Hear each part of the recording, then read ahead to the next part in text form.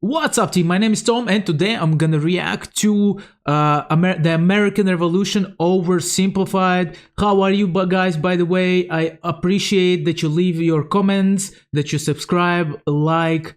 Guys, peace to you and happiness to your family. So let's dive into the video. Video was made possible by Brilliant. Math and science done right. Keep watching until the end of the video to learn how you can get 20% off the annual premium subscription.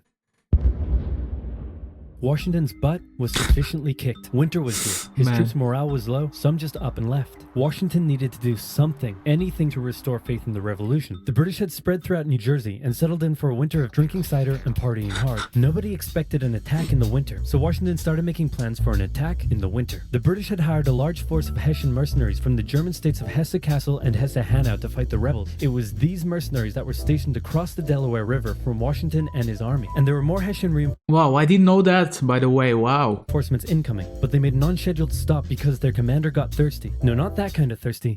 That kind of thirsty. It was Christmas Eve with a blizzard outside when Washington heard the Hessian defenses were down and he decided to attack. He made a perilous crossing of the icy Delaware River with 2,400 men and marched 9 miles to Trenton, where he caught the Hessian forces completely off guard. After a short but fierce battle, the Hessians surrendered in droves. It was a much-needed victory that sent a clear message, not only to the British, but to Americans across the colonies. The war was far from lost. General Cornwallis led the British forces south to counterattack the Americans, but in a series of battles, Washington's defensive positioning and flanking maneuvers defeated the British 3 times in 10 days, and the British decided to abandon southern New Jersey for the rest of the winter. Washington finally set up a winter camp in Morristown, but for the Americans, there was much less partying than the British. Elsewhere, the British had taken Newport, Rhode Island, because it was a good naval base. In the south, they failed to take Charleston, South Carolina, which left British loyalists unsupported and vulnerable to more harassment and even mass expulsion. Congress sent Benjamin Franklin to France on a mission to convince them to join the war, and while the French generally loved any opportunity to hoodwink the Brits, they didn't want to join unless it was a sure win. So for now, Franklin spent his days chilling out and chasing tail. This is the way, you know, like the enemy of my enemy is my friend. And it works always in politics like that. I have noticed like that. It was back then like that. It's now like that, you know. The British Parliament couldn't believe the war wasn't over yet, and the pressure was on to end it. So the British came up with a plan. General Burgoyne in Montreal and General William Howe in New York would advance through the Hudson Valley and meet in the middle, splitting the colonies in two, and thus screwing over the American communication lines. Burgoyne began his movement south, and after taking Fort Ticonderoga quite easily, he then came across heavy American resistance. So he sent Howe a dingle-dongle asking if he'd be showing up anytime soon. Meanwhile, Howe had completely abandoned the plan and gone for all-out personal glory by capturing the American capital, Philadelphia. He defeated Washington and his army at Brandywine Creek by using the old hit him with a decoy and flank him from behind tactic, and Philadelphia was now in British hands, forcing Congress to escape to York. But Burgoyne was left on his own to face the ever-increasing American force in Saratoga. American General Horatio Gates teamed up with our old friend Benedict Arnold to deal one final blow to... Man, I love the way they drawn the Benedict Arnold face, man. He looks so silly.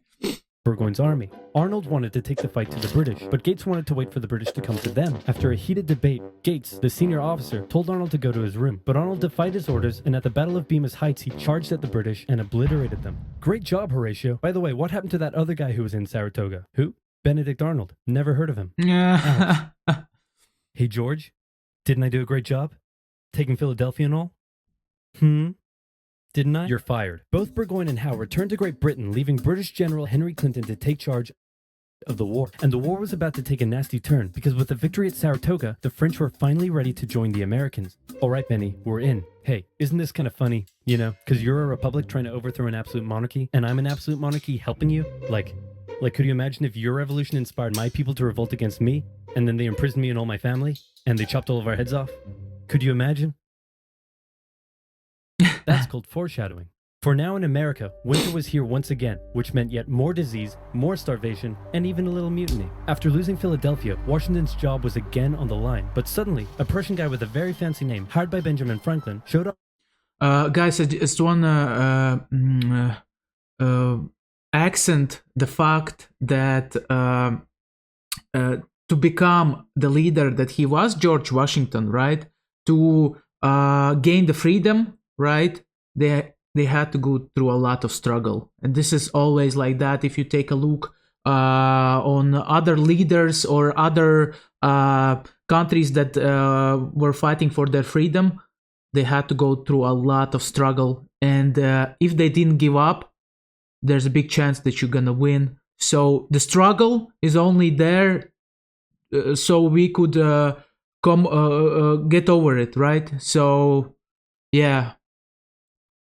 Up out of nowhere and said, "Hey, I'm here to give your men a European military training." And train them he did. They learned how to shoot accurately, how to march in formation, where to poop and where not to, and strict punishments were handed out to any who didn't comply. Washington's army came out of the winter in 1778 a new and improved force, ready to take Philadelphia back from the... Man, such a game changer was somebody send you their like generals or like sergeants to train your troops.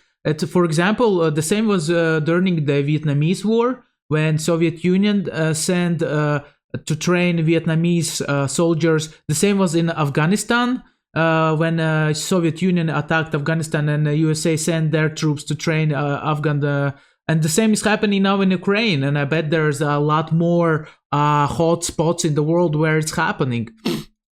Because it's effective. In the end, though, they didn't have to. With the French entry into the war, the British ordered General Clinton to evacuate Philadelphia and consolidate all of the British forces in New York. So Washington sent Benedict Arnold to reoccupy and secure the city as he pursued the British through New Jersey on land, eventually finding a good opportunity to attack at Monmouth Courthouse. The battle took place on a sweltering hot summer's day, and as many soldiers died from heat stroke as they did from battle. In the end, after some incompetence/borderline treason from Washington's second in command, it was a draw. And in this war, a draw is kind of a victory for the Americans. Next up, let's talk about this guy. This is John Paul Jones. John Paul Jones is handsome, Scottish, and absolutely insane. When the war first broke out, everyone was like, how did the colonies expect to stand up to the might of the British Navy with their meager fleet of converted merchantmen? Yep, try telling that to John Paul Jones. This guy sailed to the British Isles, somehow captured a British ship off the coast of Ireland, and brought it back to France. Then he returned, attacking more ships, raiding towns, and evading capture the entire time. These are basically pirate tactics. But hey, if it works... The guy had very big cojones, that's for sure.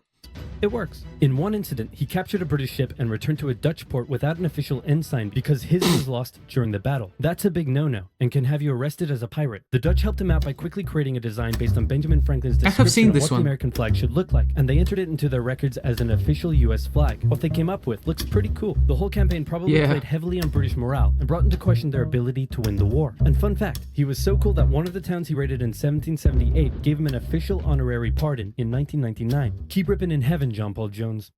You're an angel now. What the Continental Navy was lacking in resources, though... Man, that picture was that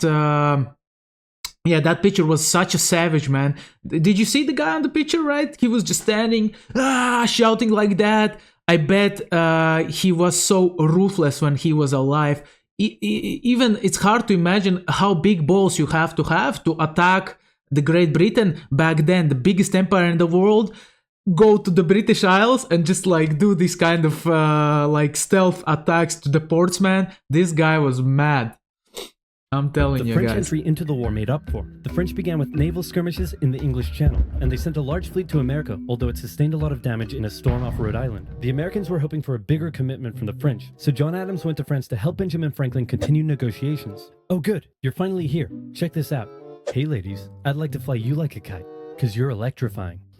Isn't this great? Is this what you've been doing? Yeah, why? We were sent here on a diplomatic mission to secure military support from France, not to philander with the locals. Wait, no, ladies, come back. Worst wingman ever.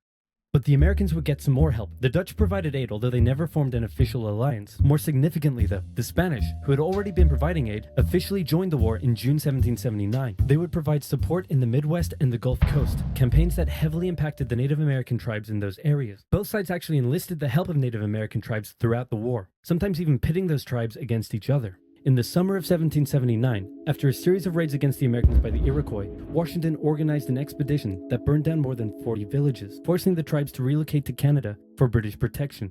And another group that shouldn't go unmentioned were African Americans, both free and enslaved. They joined both sides of the war, hoping to gain their freedom. But afterwards, many were simply returned to slavery, particularly those who had fought for the Americans. Despite owning slaves himself, Jefferson had written a condemnation of slavery in the Declaration of Independence, but out of fear of offending the southern colonies, this was removed from the final draft. For the same reason, the American army stopped enlisting African American men in 1775, a policy that Washington, a slave owner himself, supported, but they were forced to reverse the policy after the British promised freedom to any slaves who joined them. In That's so smart from the British, I'm telling you guys, because imagine this, they are like using what enemy is not using. All how to say like in my language in Latin, there's a saying about that all that you do in war is like good, you know, like it's hard to explain though, yeah, but like all the moves during the war are good. Like if you can steal their soldiers, it's good, yeah. So something like that. General, you stood a better chance of gaining freedom if you fought for the British. However, even those that left with the British after the war suffered mistreatment and discrimination in their new lives outside of America. Our good friend Benedict Arnold is now in charge of Philadelphia, having a good time, partying down with, and even marrying a member of the Philadelphia elite. The same elite that had partied down with the British when they controlled the city. And suddenly, the people of Philadelphia, including the state governor, started accusing Arnold of having pro-British sentiments. To keep the people happy, Washington wrote a letter rebuking Arnold, calling his conduct imprudent and improper, and that was too many ouchies for Benedict Arnold to handle. He asked Washington to put him in charge of the fort at West Point. Then he contacted the British, offering to hand the plans of the fort over to them and join their side. Our good friend Benedict Arnold is our good friend no more. Luckily, the treasonous plans were discovered on a captured British. This is what happens during the war. Sometimes your own generals turn back on you, you know. Basically, like 1 year ago, there was mutiny. Remember Prigozhin's mutiny? When Prigozhin went from Ukraine, he turned the Wagner group and he launched it towards Moscow. Man, and he stopped basically 100, 200 kilometers before Moscow. Man, that was mad. I thought it's gonna be like a civil war there, man. Man, so scary, man. These times are so crazy times we are living in nowadays, guys, man. British officer, but Arnold managed to escape before he was arrested. As a British brigadier general, he would go on to lead raids against American cities, most notably his raid of Richmond, Virginia in 1781. His betrayal shook George Washington, who had once again set up camp at Morristown. His leadership somehow held the Continental Army together through the harshest winter of the war. We're entering 1780, and Parliament was hopping mad that the war still wasn't over. The British debt was soaring, and despite taking parts of Massachusetts in late 1779, the North was in a stalemate, so the British decided to make a major shift in strategy to the south, an economically rich area with a higher level of support for the British, or so the British thought. A year earlier, they had captured the underdefended city of Savannah, Georgia easily, and a joint American-French counter-siege failed. Now, they laid siege to Charleston, South Carolina. It fell within months, with thousands of American troops surrendering to the British, a costly defeat. The British quickly moved to take control, and they sent stereotypical Hollywood villain with a British accent Bannister the Butcher Tarleton into the backcountry, where he hunted down rebels and destroyed them with ruthless brutality. The British presence also inspired local loyalist militias in the backcountry to rise up against their persecutors. The British really seemed to be onto something with their new strategy, and the ball was very much in Washington's court. I'm gonna send my most loyal general, Nathaniel Greene, to the south to stop the British. Gonna have to overrule you there, George. We're sending hero of Saratoga and your biggest rival, Horatio. Man, I love the way he didn't give up. Nobody, like, basically the main guys, they didn't give up. You don't give up. That's what winners do, you know. They go till they take what they want. They stick to the end, you know. Like, everything in life is everything wildly is comes through suffering, victories, goals, and then even when women are having birth, it comes from through suffering, and from that child you can make like whatever, you know, like whoever you want as a parent, you know. The same over here. I think this is a concept that goes through all the ways of life. Not the ways. I mean, like, you know what I mean, like, guys. So yeah. Gates, watch this, George. I'm gonna save the day again. Everybody will love me, and I'm gonna get your job. Here I go. And he got into one battle with Cornwallis, got annihilated, and ran away. Alrighty, let's go with your guy. Nathaniel Greene knew the British outnumbered his own forces and wouldn't be defeated with conventional tactics, so he had to think outside the box. He split his army into two, said, "Hey big boy, look at me," and then they went running in two different directions. Cornwallis sent Tarleton after Morgan, and he caught up with him at Cowpens, where Morgan proceeded to kick Tarleton's butt. Then the two led Cornwallis on a wild chase through North Carolina, his bigger and better equipped army much heavier and slower than Greene's quick and mobile troops. Greene led Cornwallis further and further from his supply line, then crossed the Dan River into Virginia, picked up some reinforcements, and turned back to face the now exhausted British. At the Battle of Guilford Courthouse, the two sides engaged in vicious close combat. Cornwallis, fearing loss, fired his big guns into the chaotic fighting, cutting down many of his own men. Greene retreated, giving Cornwallis the victory, but Cornwallis lost a quarter of his men in the fighting, so it felt much more like a British defeat. At this point, both sides desperately needed something to happen soon to end the fighting. The British were running out of money, while the Americans were again facing... You know what? This reaction is more philosophical, guys. So sorry about that, but I think, you know, in every area of life, you need to be flexible because times change, people change. If you stay the same, you're gonna die. That's it. You know, you're gonna be like, you're gonna lose. And the same over here. They adjusted, they moved forward, they adjusted. British adjusted, Americans adjusted. British adjusted, Americans adjusted, and they fought like that, you know, backwards, forwards, backwards, forwards. And who's gonna take it down, you know? And yeah, I mean, like, it's all about the adjustment, being able to understand what's happening and adjust properly. Mutinies as the men went without pay or even basic living needs. Fortunately, the French were now showing up in greater numbers and were ready to fight. After his encounter with Greene, Cornwallis decided the only way to win the South was to first prevent the Southern Continental Army from using Virginia as a supply base. So he abandoned the Carolinas, moving to Wilmington and on to Yorktown, a position the British believed would be easy to supply and support. On his march to Yorktown, he raided many farms, stealing horses and supplies from the locals, but also freeing thousands of slaves, many of whom joined him. Also, it's so sad when, you know, like, you spend a lot of money to build a house, to like raise the horses. Horses are expensive. Back then they were even more expensive. And you know, an army just comes and takes it away, and they don't care about you. And this is so sad, man. The French saw Cornwallis's new position as an opportunity to land a decisive blow on the British. Washington wanted to attack Clinton in New York, but the French said it was a really dumb idea. And to be fair, it was. Instead, Washington sent out fake dispatches to make it look like they would attack Clinton, but secretly their combined force marched all the way down to Virginia. A large French fleet under the command of Comte de Grasse arrived and successfully cleared the British Navy out of the Chesapeake Bay. The combined land and naval forces then laid siege to Cornwallis's army in Yorktown. The American and French forces tightened in around the city, raining artillery down on Cornwallis, who desperately appealed to Clinton for aid, but Clinton was unusually chilled out about the whole thing. Cornwallis held out for nearly a month before he had no choice but to surrender. Over 7,000 British troops were captured, a crushing defeat, and with that, Parliament had reached the end of its rope. The war just wasn't worth it, and it needed to end now. The British still held New York, Charleston, and Savannah, but fighting between the two sides mostly ceased as peace negotiations opened up in Paris. The resulting treaty in 1783 saw Great Britain remove its troops. But just imagine if like one day George Washington would say, guys, we are giving up. We have no more power to withstand the pressure of this giant empire. By the way, how big was British Empire? How small were United States, man? I mean, the birth of the United States was a struggle, I'm telling you guys. But look at it now, man. The United States is economic, like, first country in the world, man. And it was so hard to become like that. It started like that over then. Troops from American soil, recognized U.S. independence, and cede territory up to the Mississippi River. In return, the Americans agreed to pay any debt still owed to Britain and gave fair treatment to any colonists who had remained loyal to the crown. The Spanish got Florida, while the French got an economic crisis that led to its own revolution a decade later. Washington retired to his home in Mount Vernon, wishing his men farewell by saying, "I most devoutly wish that your latter days may be as prosperous and happy as your former ones have been glorious and honorable." He hoped to live out the rest of his days in peace, but unfortunately for him, a number of people wanted him to be the first leader of the new country, and by a number of people, I mean literally everyone. The first election campaign. Also, those guys were mentally resilient. I mean, like, they were so driven. They didn't want to give up. They fought for the freedom, and they got what they wanted. And in life, if you know what you want and you fight for it, you're gonna get it 100%.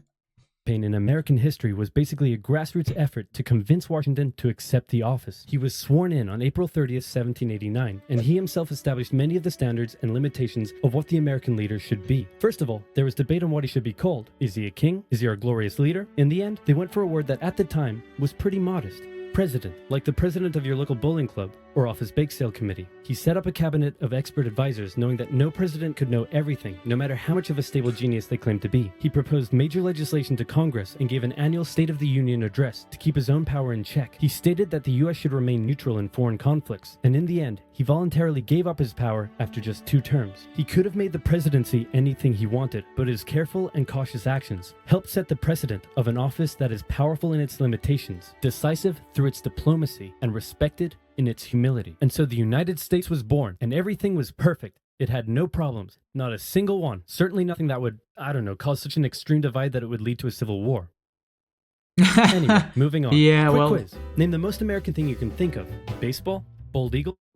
Calling the winner of an America-only sports tournament world champions? Or maybe math and science? Wait, math and science? That's right. If you didn't know, science is as American as combining chicken with waffles. And don't just take my word for it. Ask Thomas Jefferson. Of course, to do that you would need a time machine, and that would take some math and a lot of science. If you want to deeply understand math and science, say you want to calculate the age of the universe, take a crack at special relativity, or just train your critical thinking with some fun logic puzzles, then you've got to check out Brilliant. Brilliant guides you through a whole host of fascinating topics by breaking them down and getting you to actively solve problems in an experience that is interactive, addictive, and so easy to understand. This intuitive approach makes it appropriate for students, professionals, and enthusiasts all over the world. To support OverSimplified and learn more about Brilliant, go to brilliant.org/oversimplified and sign up for free. And the first 200 people to use our link, which can also be found in the description below, will get 20% off the annual premium subscription. So check it out now.